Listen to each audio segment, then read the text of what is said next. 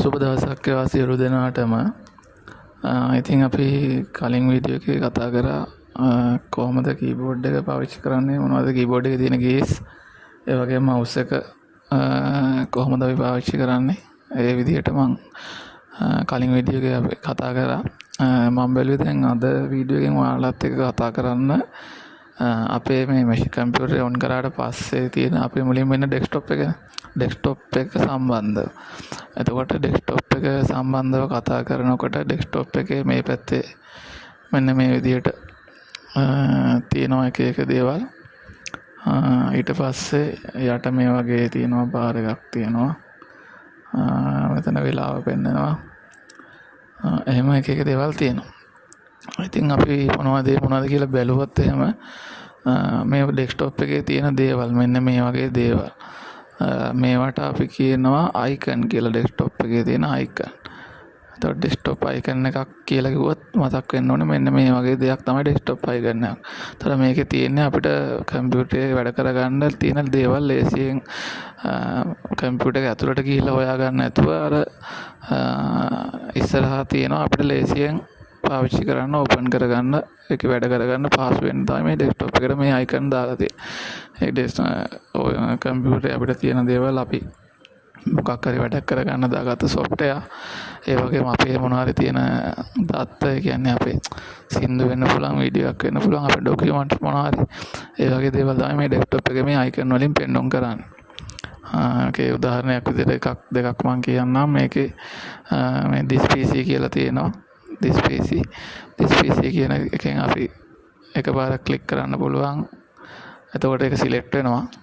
එකපාරක් click කරොත් සාමාන්‍යයෙන් select වෙනවා. දැන් මම කලින් වීඩියෝ එකේ අපි කතා කරා ක්ලික් කරනවා කියන්නේ මොකද්ද, රයිට් ක්ලික් කරනවා කියන්නේ මොකද්ද කියලා. එතකොට this PC කියනකොට එකපාරක් ක්ලික් කරොත් සිලෙක්ට් වෙනවා. එහෙම නැත්නම් this PC එක ඩබල් ක්ලික් කරොත් මේ විදිහට ඕපන් වෙනවා. my computer එක ඕපන් වෙනවා, this PC එක ඕපන් වෙනවා.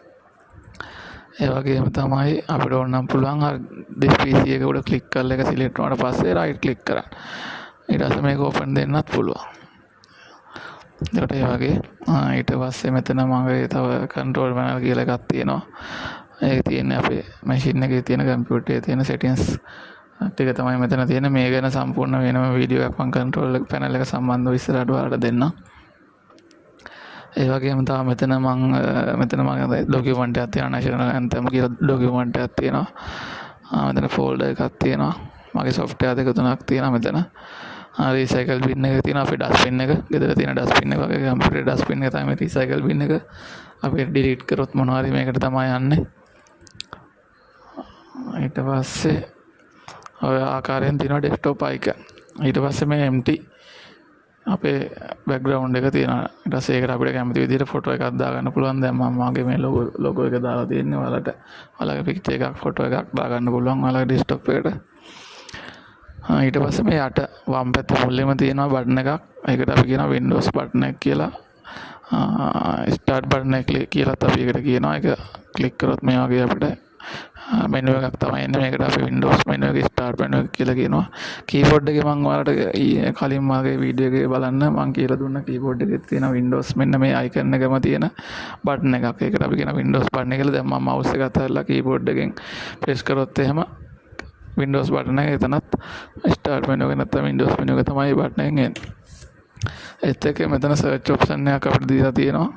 මේ සර්ච් එකෙන් කරන්නේ අපේ මැෂින් එකේ තියෙන දේවල් හොයලා ගන්න එක. මෙතනදී අපි ගොඩම සර්ච් කරන්නේ අපේ තියෙන සොෆ්ට්වෙයාර්ස් තමයි. මෙතනදී අපි සර්ච් කරන ගොඩම අපේ ඩොකියුමන්ට් එකක් අපිට සර්ච් කරන්න ඕන නම් ඒක කොහොමද කරන්නේ කියලා මම ඉස්සරහට ඒක වෙනම වීඩියෝ එකකින් ඔයාලත් එක්ක බෙදා ගන්නම්. මෙතනදී අපි සාමාන්‍යයෙන් අපේ තියෙන සොෆ්ට්වෙයාර් එකක් තමයි මේ ස්ටාර්ට් ගිහිල්ලා ගන්න අමාරු, ලේසියෙන් ගන්න පුළුවන් මේ සර්ච් එකේ. අපිට ටයිප් කරලා අපිට ඕන සොෆ්ට්වෙයාර් එකක් හොයලා ගන්න පුළුවන් ඒ වගේ.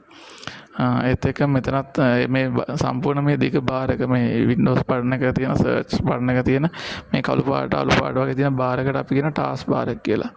මේ ටාස්ක් බාර් එක. ඊට මේ ඩෙස්ක්ටොප් එකේ තියෙන අයිකන්ම කීපයක් මේ ටාස්ක් බාර් එකේ තියෙනවා. මේ ටාස්ක් බාර් එකේ නැති එකක් වෙන්න පුළුවන්. ටාස්ක් බාර් එකේ දැන් මගේ මෙතන Word කියන සොෆ්ට්වෙයාර් එක නැහැ. දැන් මම Word කියන සොෆ්ට්වෙයාර් එක මෙතන ස්ටාර්ට් ගිහලා සර්ච් කරලා හරි ගත්තොත් එහෙම ඒක ඕපන් වුණාට පස්සේ ඔයාලට පේන ඇති මෙන්න මෙතන මේ ටාස්ක් බාර් එක වැටෙනවා. අපි මෙතන මම පින් කරලා තියෙන සමහර software තියෙනවා, පින් කරලා තියෙනවා තියෙනවා, ඕපන් කරලා තියෙනවා සමහර ඒවා තියෙනවා. ඒ වගේම තමයි අපි අලුතෙන්ම ආකාරය ඕපන් කරොත් ඒක ඕපන් වෙලා කියලා මෙන්න මේ ආකාරයෙන් කොටුවක් ඇවිල්ලා ටාස්ක් බාර් එකේ පෙන්වනවා. අපි ඇක්ටිව් වෙලා අපේ දැනට ඇක්ටිව් තියෙන software එක මොකක්ද කියලා මේ highlight වෙලා පෙන්වන මේ ආකාරයෙන්. දැන් මම වෙන මගේ මේ image එකක් ගත්තොත් ඒක image එක තමයි highlight වෙලා තියෙන photo view එක. මම browser එක click කරොත් මගේ browser එක තමයි highlight වෙලා තියෙන්නේ. ඒ ආකාරයෙන් තමයි task bar එක තියෙන්නේ.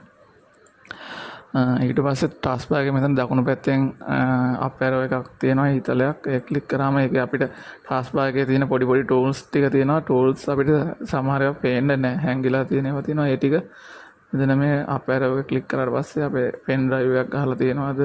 අපේ virus guard මොනවද තියෙන්නේ? ඒ ආකාරයෙන් පොඩි පොඩි tools ටිකක් මෙතන බලා ගන්න පුළුවන් task bar එකේ.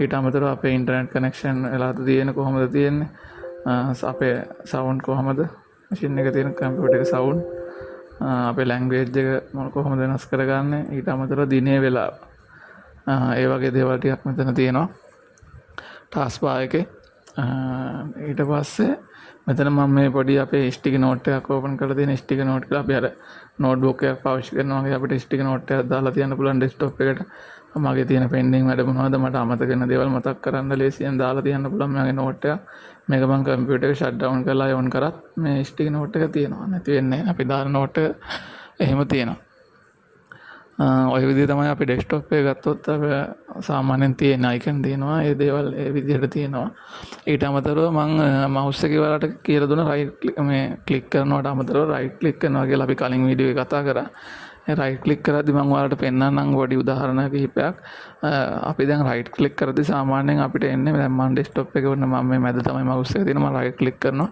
එතකොට මෙනු එකක් එනවා ඒ කියන්නේ අපිට අපි ෆෝන් එකේ ගත්තත් අර ඔප්ෂන් එනවනේ අපිට මොන හරි දෙයකට අවශ්‍ය ඔප්ෂන් ඒ ඔප්ෂන් ටික තමයි අපිට රයිට් ක්ලික් එකෙන් එන්නේ මෙනු එකක් තමයි ගොඩක් තැන්වල එන්නේ ඔප්ෂන් අපිට ඊළඟට මේකට කරන්න දෙන ඔප්ෂන් දැන් ඩෙස්ක්ටොප් එකේ මම රයිට් ක්ලික් කරොත් ඒකේ කරන්න දෙන ඔප්ෂන් ටිකක් මට එනවා මෙනු එක ඊට පස්සේ මම මේ අයිකන් එකක් උඩ ක්ලික් කරොත් අයිකන් උනත් දැන් මයි කම්පියුටර් අයිකන් එක ක්ලික් කරොත් තියෙන මෙනු එකේ වෙනස් වෙන අයිකන් එකක් ක්ලික් කරොත් තියෙන දේවල් ටික වෙනස් ඊට අමතරව මම මෙතන Windows බටන් එක උඩ ක්ලික් රයිට් ක්ලික් කරොත් එහෙම එන අයිටම් ටික වෙනස් මෙනු එක ටාස්ක් බාර් එකේ රයිට් ක්ලික් කරොත් ටාස්ක් බාර් එකේ සෙටින්ග්ස් සහ තව මෙනු එකක් එනවා මේ ස්ටිකි නෝට් එක මම ඕපන් කරලා තියෙන ඒක රයිට් ක්ලික් කරොත් ඒකට අදාළ දේවල් එනවා ඒ වගේ අපි රයිට් ක්ලික් කරන තැන අනුව අපිට එන මෙනු එක වෙනස් වෙනවා ඒකයි ක්ලික් එක රයිට් ක්ලික් එක ගැන අපි කලින් වීඩියෝ එකේ කතා කරා රයිට් ක්ලික් කරලා කරගන්න දේවල්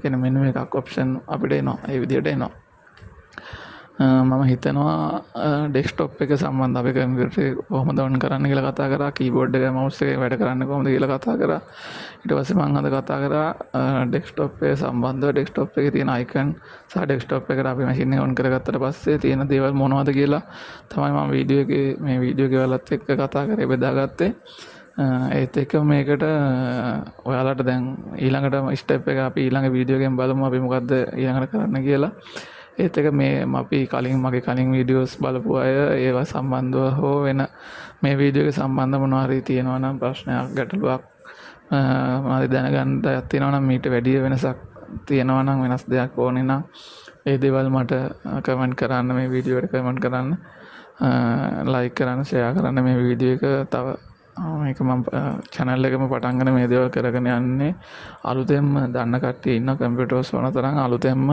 කම්පියුටර් ඉගෙන ගන්න කෙනෙක්ට මුල ඉඳන් පැහැදිලි මුල ඉඳන් ඇඩ්වාන්ස් මට්ටමටම එනකම් මගේ දැනුම ඔයාලත් එක්ක බෙදා ගන්න තමයි මේ channel එක පටන් ගත්තේ.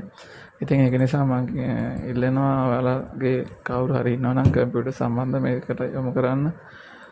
මේ වීඩියෝස් බලන කෙනෙක්ට වෙන අමතර පුහුණු පන්තියකට යන්න අවශ්‍ය නැහැ. මේ වීඩියෝ මගෙත් එක්ක හිටියොත් දිගටම රැඳිලා හිටියොත් මම කම්පියුටර් එකකින් වැඩ කරන හැටි සාර්ථකව කම්පියුටරේ වැඩක් කරන හැටි ඔයාලත් එක්ක බෙදා ගන්නවා. දැනුම ඔයාලට බෙදලා දෙනවා.